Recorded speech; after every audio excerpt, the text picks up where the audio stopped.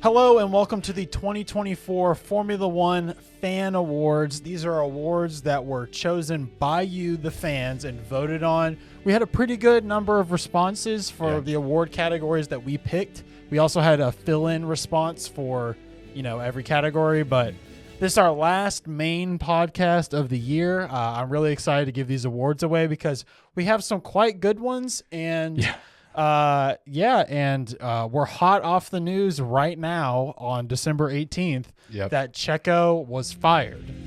He left amicably on his own. Horner said that on his own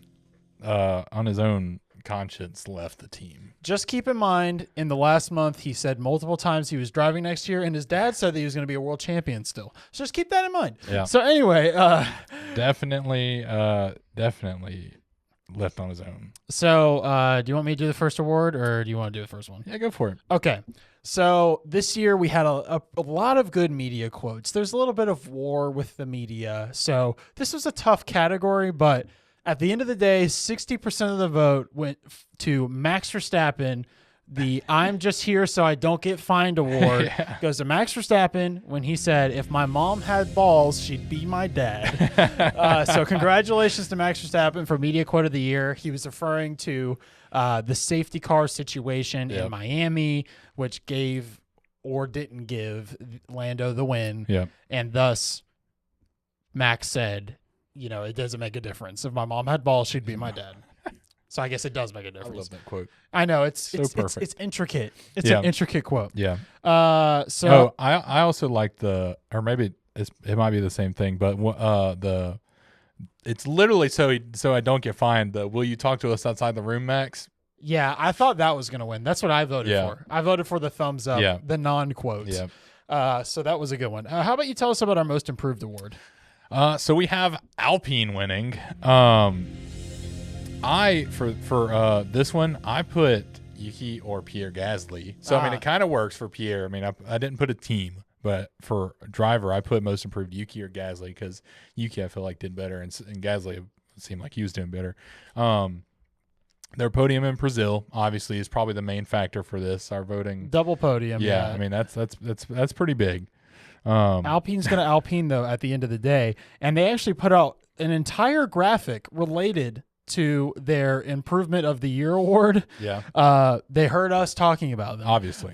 They put out saying that at the Hungarian Grand Prix, they had a 3-second gap to the fastest car. Man. And at the Las Vegas Grand Prix, which is a weird stat, weird race to choose. Yeah.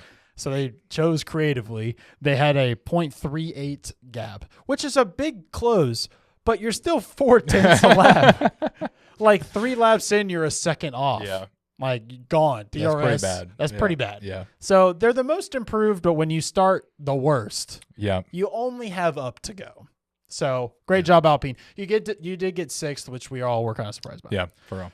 Well, as alluded to at the top of the podcast, I have to give my personal favorite, and I am a man that is symptoms of many delusions.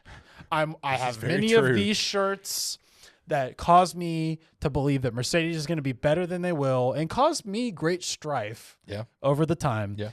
And I thought maybe Mercedes Delusion Syndrome would win. I thought maybe some other things would win. But the one that swept the standings was for Delusion Syndrome of the Year. We had Checo. Yeah. For so many reasons. I mean, obviously he had the largest points gap.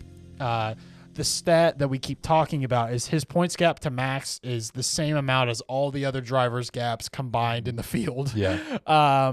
It caused him to ultimately get fired, Yeah. which is the right decision. Yeah, it is. I mean, I'm not trying to be a jerk, but I mean, I was Red Bull as a championship winning team. It is. I mean, yeah. I mean, and I'm disappointed that they didn't keep him because it would have been helpful to me. Yeah, you know what I mean. It'd help you out, but yeah. So anyway, congratulations, Checo. I think he won it when essentially, I think the crash where he really won it was when in Baku, him and Sainz crashed. Yeah. And listen, it's debatable whose fault that was, but Checo really it's how he reacted to it. He was just convinced that Sainz had an entire plan on a whiteboard about how he was going to crash Checo. Like, that's what it was. That's so funny. Anyway, give her our next award, Dawson. So now we have Performance of the Year, Yep. which I am very happy of this winner. Very deserving, in my opinion. Had my vote as soon as I saw it. Max winning Brazil. I mean, in my opinion, of course, biased opinion. Yep. My favorite race of the year, the best performance of the grid of the year. I mean, in contention with Lewis Hamilton at Silverstone. I mean, I would say it's a better performance. I mean, Yeah. they got the car in the operating I'm saying if window, there was one other thing you could look at this year, it's Lewis Hamilton winning Silverstone. Yeah, no, I mean, as a Lewis fan, I would say this race win is up there with probably a top at least 20, maybe 10 race wins of all of F1. I agree. I'm super happy. I mean, that race, I couldn't have been happier as a Red Bull fan seeing him go from P17 to winning the race. I mean, completely crazy. That's crazy. Yeah. Yeah, it was unbelievable. Yeah. So, congrats to Max. Yep, and he had the biggest start to end positions gained in one race. Leclerc did not get it, even though he started in 19th. He didn't quite get as many. So, anyway, I do have one bone to pick with this category. Has nothing to do. I voted for Max in Brazil, just so you know. Oh wow. I voted for Max in Brazil. I spread my my eggs out, and I feel like this overall has a good mix. Of, The Max fans need to learn how to use a forum, though. Oh, I gosh. had a button for Max in Brazil, and many people filled in Max in Brazil, and it caused me to have to do math. Because like they make these pie charts, and this pie chart has like 100 tiny slivers of people typing in Max in Brazil, but because they didn't click the dot, because that's other category. I gave you a dot. Click the dot. Why did you type in?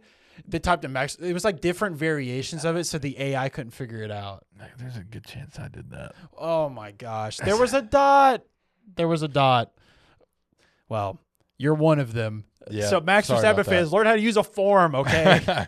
The You Had One Job Award, aka the biggest fail. And this one, if this wasn't clear, it's given. It's a given. This was actually kind of close. Like I think he only got like, the other awards spread out. I think he only got like 40-something% of the vote. But really? Anyway, the vote goes to Lando Norris almost every time he's on pole because this is just like a guaranteed fail. Like this is like math at this point. It's almost statistical at this point. I'm serious. Like he's had like 10 polls or something. So he needs, when we get to like the 20, 30 poll area, depending if you're doing a T or a P value in statistics, literally statistically significantly, he misses. He does not. I mean, there's just so many times. I think the time why I was making the joke early. Like I've been saying this after he got like his first or second pole. Yeah. But the time I really recognized it was in China. Oh yeah. And on the sprint, where he let Lewis Hamilton the fifth fastest car overtake him. And I was just like, dude, like really? Yeah. It was a whole thing. So anyway, the You Had One Job Award goes to Lando Norris. I have I put two personal ones down. Okay. I had, as a joke, Colapinto is where you just survive for a few races, and he had some trouble with that. I mean, he survived. Yeah. Second one is Bottas. You needed 1 point, my guy. Come on, please. Oh, Valtteri. Yeah, Lando did get only 46% of the vote because some of it went to Checo and some of it went to the FIA. So there's that. So anyway, take us away with the next award. So now on to our favorite, the Menace of the Year. And who other than the FIA and the stewards to win with a 65% of the vote. It's actually gone up a little bit since I wrote this. It's like 68 to 65% of the vote. I mean, it's a given. The FIA were brutal this year. I mean, a one-place grid drop for Max Verstappen. I mean, just random. Yeah. Not the thing that really sold it was then they didn't throw a safety car when there's an entire chunk of a vehicle and on the overtaking spot, the only spot on the track that you can overtake basically unless you do something crazy. Yeah. And they go, you know what? A yellow flag will cover it because, not only that, but now you can't even race. So let's just go around for a while and just see what happens. Yep. And it causes Lewis to get a puncture, Sainz to get a puncture. It ends up causing Lando to get a 10-second stop and go penalty. I mean, that race was insane. One of the least enjoyable races of the year. Yeah, the inconsistencies of the FIA really showed strong this year. So, I mean, Menace of the Year, gladly awarded to the FIA. You deserve it. Lance Stroll got 0 votes this year. Oh, wait, he got 1 vote. Oh. He got 1 vote. Nice. That might have been me. I mean, we do call it the Lance Stroll Memorial Menace of the Year award for a reason. Yeah. So, well, this one is near and dear to my heart. And I feel like this really shows how spread out these votes went because Max won Performance of the Year. But Race of the Year, overwhelmingly voted. Silverstone, Race of the Year. I mean, performance in race is different. Race is just encompassing all. Performance is just one driver did the best of the whole season. Yeah, that's true because the Race of the Year, the Performance of the Year, that whole race was just crazy. That whole weekend. So that was like everybody was a little upset about something at that race. But yeah, Silverstone, Race of the Year. I mean, a memory I'll never forget for sure. So watching Lewis win in Silverstone, even though his last race win of Mercedes was because of a disqualification of his teammate, and that will always be the case. You know, I don't know if for me, Race of the Year, I mean, Silverstone was huge. I have 2 that are like tied, and I talked about this on our predictions podcast that is up now. So go check that out as well if you haven't seen it. But Monaco for me was huge. Yeah, that was a big one. The moment of watching Leclerc cross that line, knowing everything about his dad, and hearing that monologue from the announcer or the commentator, I mean, it was just like I nearly cried. Yeah, and I've never cried watching a sport. I nearly cried, dude. That was something else. So for me, it's Race of the Year, but Lewis Hamilton at Silverstone definitely deserves it. I mean, it was. I also think Abu Dhabi gets a shout for Race of the Year just because there's a lot of things that happened. Yeah, it was a good race. It was a crazy race. That's the only time I've ever cried watching a sport. Yeah, that's fair.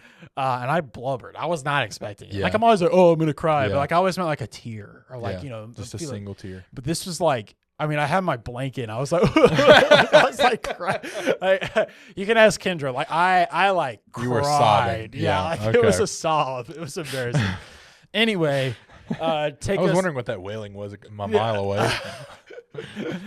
Oh man, yeah, that was me. All right. Anyway, well, I almost cried during Abu Dhabi, but that was like a fit of rage. Anyway, continue. Okay. Continue. So now on to our final award. We have the People's Choice Award. And this one I'm kind of shocked with the turnout because throughout the season, most of the social media presence seemed a little different than what this is.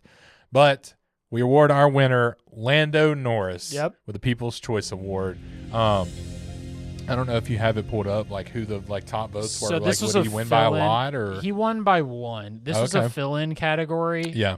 I mean, it's deserved. You know, he did, I mean, it was a huge year for McLaren and him especially. I mean, the wins he got this year were awesome. I mean, it was the feel-good story of the year. It just kind of took a sour turn in the middle. But you got to go back to thinking about Miami. I mean, even I who am not like a Lando fan, but, at the time I had nothing against him really. Yeah.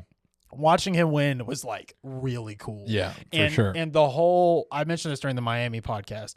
The whole crowd was cheering for him. Oh, yeah. Everybody. Everybody wanted to see that happen. Yeah. It was like I think we all knew, like, wow, we're here for something significant. Yeah. And who knows? I mean, the season goes differently. That could have been his first win of a championship-winning season. Yeah, for sure. And if he ever is a champion, I'll always be able to say I was there for the first win. So I think there's a lot of people that appreciated that. And on all shirts that were there. Yeah. You know what I mean? So...